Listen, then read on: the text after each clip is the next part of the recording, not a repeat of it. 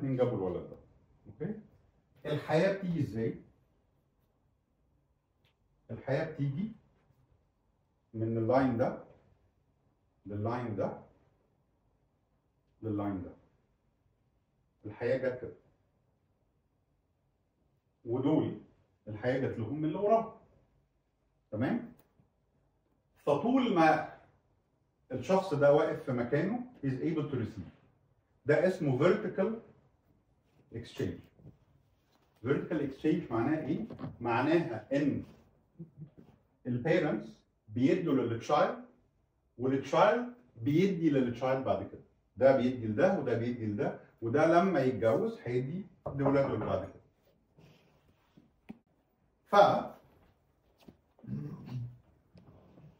دول ان هم بصوا لباباكم ومامتكم to receive from them اللي هم قادرين يدوه and then they pass it on للتشايلد. ده اسمه vertical exchange.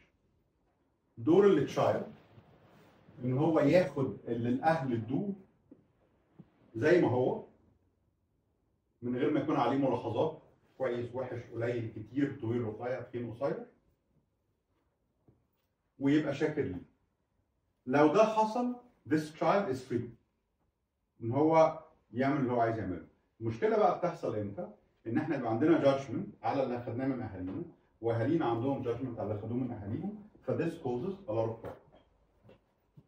ده اسمه vertical exchange. طول ما احنا بناخد من اهالينا اللي هم قادرين يدوه with gratitude ونديه لاولادنا، الدنيا ماشيه كويس. Any question لغايه دلوقتي؟ What if it's that energy, that thing? Very good question. Actually احنا المفروض ان احنا بناخد من اهالينا الحاجات اللي هم خدوها. هم هيحاولوا يدونا الحاجات الكويسه منها. الحاجات الوحشه او اللي تعبتهم هيعملوا فيها ايه؟ هيحاولوا يدونا منها اقل. بس الاسامبشن ان هم مش هيدونا حاجات وحشه ده اسامبشن في الهواء، اسامبشن مش حقيقي. احنا زي ما اهالينا خدوا حاجات تعبتهم هيحاولوا على قد مستوى وعيهم يدونا حاجات اقل تعب لينا. بس احتماليه ان هم ما يدوناش حاجه خالص تتعبنا دي احتماليه خياليه.